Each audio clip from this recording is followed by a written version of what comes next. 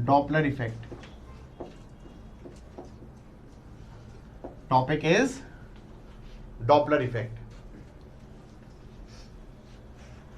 भाई स्टोरी सोचते हैं अभी हमने कहा ये ट्यूनिंग फॉर्क है और ये ऑब्जर्वर है, ये सोर्स हो गया और ये ऑब्जर्वर हो गया, ठीक है। इसकी फ्रीक्वेंसी f0 है और ये रेस्ट पे है, ये रेस्ट पे है और ये भी रेस्ट पे है। What is the frequency heard by the observer? What is the frequency heard by the observer? मैं ये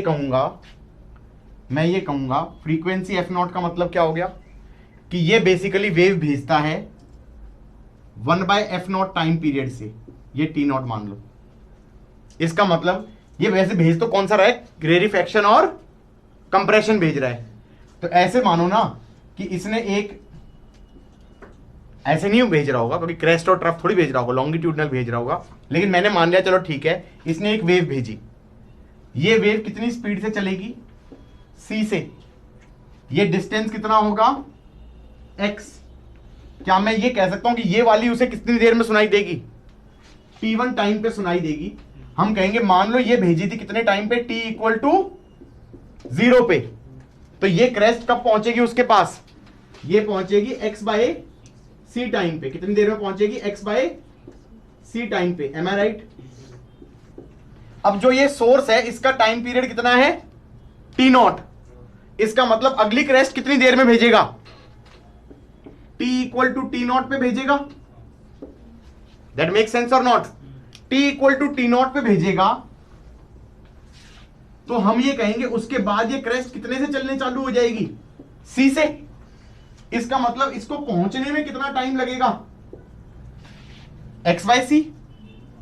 तो कितने टाइम t2 पे पहुंचेगी ये, t2 = x/c + t0। तो क्या मैं कह सकता हूं दो कंसेक्यूटिव क्रेस्ट को जो इसको सुनाई देंगी वो कितने इंटरवल पे सुनाई देंगी, एक t1 पे पहुंची और दूसरी पहुंची t2 पे। तो मैं कहूंगा observed time period will be t2 - t1। क्या मैं कह सकता हूं x/c तो कट जाएगा तो t0 ही रह गया। तो इसका मतलब observed frequency is 1/t' which is same as 1/t0। तो ये f0 ही आएगा। इसका मतलब अगर दोनों रेस्ट पे होते तो उसका कितनी देर क्या फ्रीक्वेंसी सुनाई देगी, जिससे वो भेज रहा था। इज दैट फाइन और नॉट? पक्का हो गया। ये एक पर्टिकुलर केस हुआ है, जिसमें क्या हो रहा है, दोनों रेस्ट पे थे।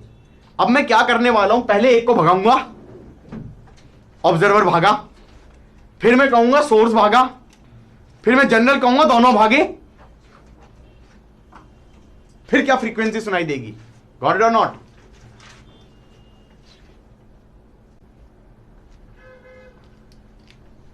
Suppose second case,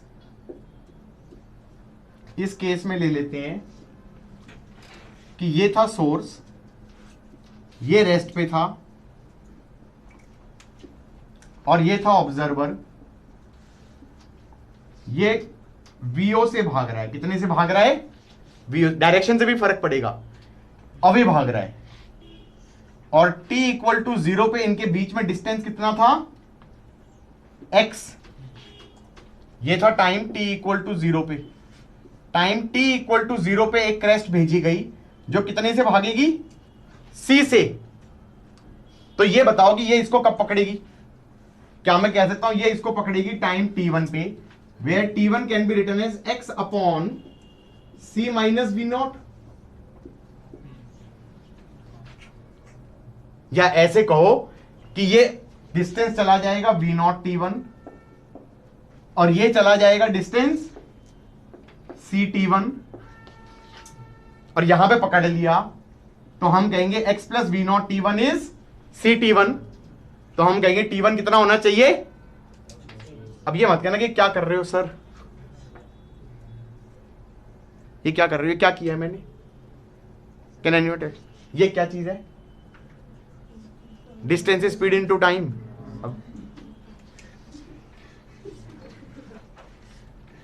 distance is speed into time. अब ये मत कहना कि हमें तो यही नहीं आता। ठीक है, तो T1 आ गया x upon C minus we naught. अब दूसरी क्रेस्ट कब भेजेगा, T0 पे। अगला क्रेस्ट भेजा गया T इक्वल टू T0 पे। अब T0 पे भेजा तो हम ये कहेंगे सोर्स तो यहीं पे था, लेकिन T0 टाइम में ये आगे जा चुका था। जब ये क्रेस्ट चलनी चालू हुई तो ये कितनी स्पीड से जा रही होगी, c से। क्या मैं कह सकता हूं T0 पे ये डिस्टेंस हो जाएगा x plus we naught T0। Is that fine. और अब भी ये भाग रहा है V0 से, कांस्टेंट वेलोसिटी से भाग रहा है। तो अब पकड़ने में टाइम कितना लगेगा, यहां कहीं पकड़ेगा। Got it or not. क्या मैं डायरेक्टली कह सकता हूं पकड़ने का time would be x plus we naught T0 upon C minus we naught. लेकिन ये टाइम T2 नहीं है, क्योंकि T2 में T0 ऐड भी तो करोगे। ये तो पकड़ने का टाइम है, ये तो पकड़ने का टाइम है। T0 के बाद फेंका गया था, तो इसके पास, बंदे के पास जो भाग रहा है, एक क्रेस्ट आई यहां पे, एक क्रेस्ट आई यहां पे। एम आई राइट। दोनों का टाइम इंटरवल क्या हो जाएगा, T2 माइनस T1। क्या मैं कह सकता हूं ये x वाली चीज तो कट जाएगी, एलसीएम लोगे, इसको अलग कर दोगे, टर्म को इस टर्म को अलग कर दोगे, बचेगा कितना, t dash would be T2 minus T1, that would be nothing but V not T0 upon C minus V not plus T0। बेटा देख एलसीएम में कटा, जब ये minus V not T0 cut गया तो ये बच गया C T0 upon C minus V not इस T डैश। सही है। या फिर F dash is F not C minus V not upon C।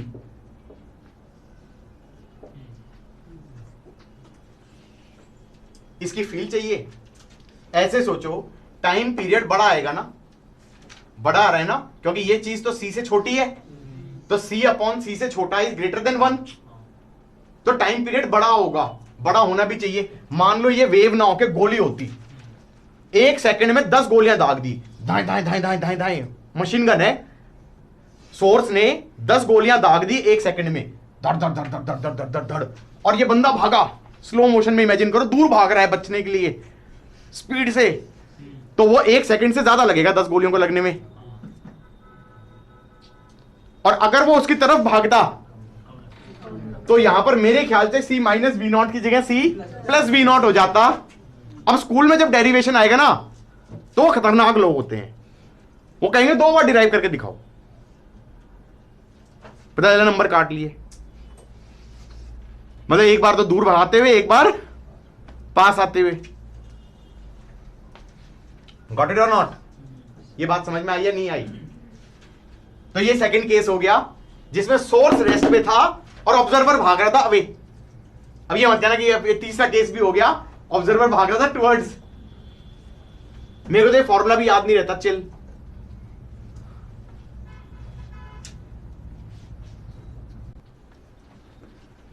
Guys मैं ये कह रहा हूं, सपोज थर्ड केस है,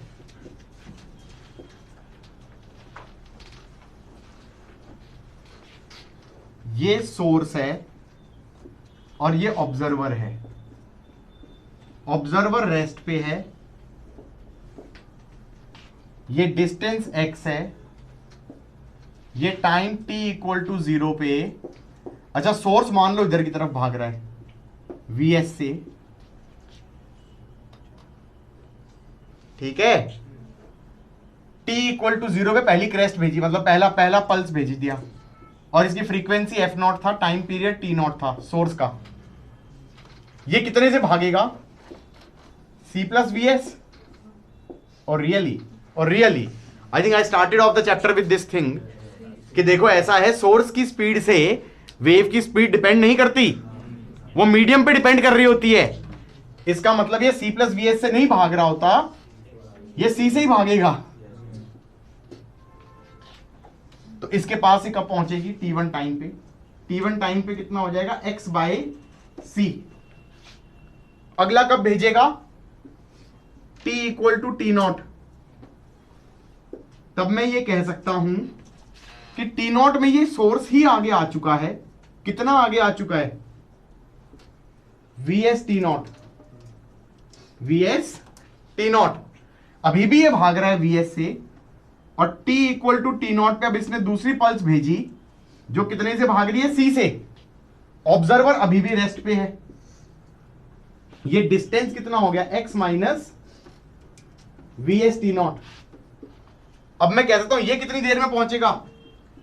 t2 is equal to x minus V S T not upon C. क्या मैं कहता हूं गलत लिखा है?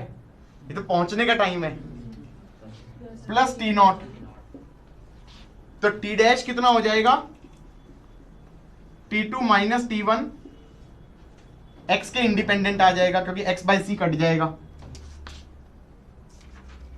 ये बन जाएगा minus V S T not plus C T not upon C. So ये बन जाएगा T dash is C minus we S upon C into T nought. ये दूसरी इक्वेशन हो गई। अच्छा, इसके अंदर देखो टाइम पीरियड क्या आ रहा है? छोटा आ रहा है, क्योंकि मशीन गन थी सोर्स के पास, उसने 10 गोलियां दागी और ये सामने टारगेट था, टारगेट की तरफ झपट्टा भी मार रहा है। मतलब मैं मशीन गन लेके भाग रहा हूं और स्लो मोशन में 1 सेकंड में 10 गोलियां दाग दी। तो क्या मैं कह सकता हूं जो टारगेट है उस पर 10 सेकंड से कम में टकरा जाए, मतलब 1 सेकंड से कम में टकरा जाएंगी। और अगर मैं उल्टा भाग रहा होता, इधर की तरफ भाग रहा होता, तो 1 सेकंड से ज्यादा लग जाएगा। मतलब ऐसे सोचो ना, ये टारगेट है और उसकी तरफ मैं मशीन गन ले रहा हूं और मैंने दौड़ने लगा उसकी तरफ और धड़ धड़ धड़ धड़ धड़ 10 गोलियां 1 सेकंड में फायर करी और उसकी तरफ भाग रहा हूं, तो मुझे फील आनी चाहिए कि टारगेट पे वो 1 सेकंड से कम में टकरा जाएंगी। और मैं इस बार नहीं मशीन गन इधर है, मैं भाग उधर रहा हूं, तो कुछ खतरनाक ही काम हो रहा है। इधर देख के, मतलब शेर है, शेर खड़ा हुआ है, उसको देख के मैं डर गया, लेकिन हाथ में मशीन गन थी और ऐसे भागा धड़ धड़ धड़ धड़ धड़। तो मतलब 10 गोलियां दाग तो दी 1 सेकंड में, लेकिन टकराने में 1 सेकंड से ज्यादा लग जाएगा। उस केस में हमारा क्या हो जाएगा? C प्लस वी एस हो जाएगा।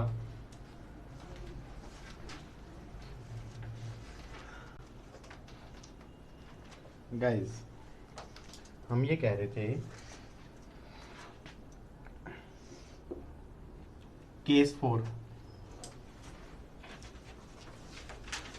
सपोज करो ये सोर्स है, ये वीएस से भाग रहा है और ये ऑब्जर्वर है, ये वीओ से भाग रहा है। Velocity of observer, velocity of source, v o observer, v s source. और ये डिस्टेंस हो गया x, सोर्स की फ्रीक्वेंसी है एफ नॉट, और t इक्वल टू 0 पे पहला क्रेस्ट फायर किया गया c से। ठीक है, तो मैं ये कह सकता हूं कि ये इसको कैच करेगा टाइम t1 पे। t1 हो जाएगा x अपॉन c माइनस vo। सही है? Got it? अगला कब फायर करेगा? t equal to t naught पे। मैंने कहा टी नॉट पे पहली बात तो ये आगे आ चुका, ये कितना आ चुका? V S T naught. और ये भी आगे आ चुका, ये कितना आगे आ चुका? V not T naught. और ये भी भाग रहा था अभी वी एस से, जिससे कोई फर्क नहीं पड़ने वाला। ये भाग रहा था वी नॉट से, जिससे फर्क पड़ने वाला है। और क्रेस्ट फायर कर दी जो कितने से भाग रही है? सी से। हाँ या ना? तो हम कहेंगे पकड़ने का टाइम कितना होगा? x minus V S T not plus we not T not upon C minus we not.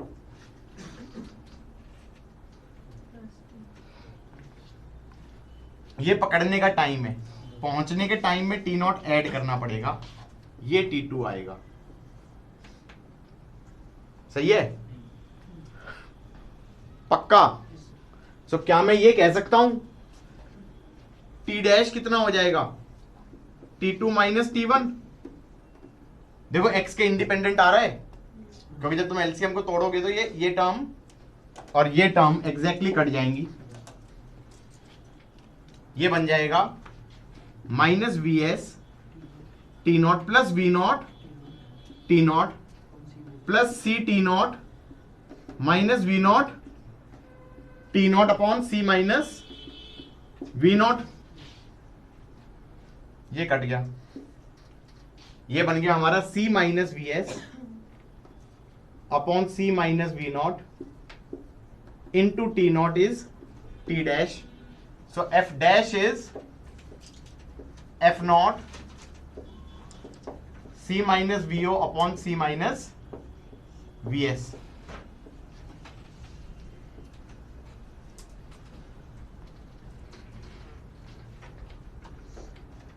सही है, पक्का।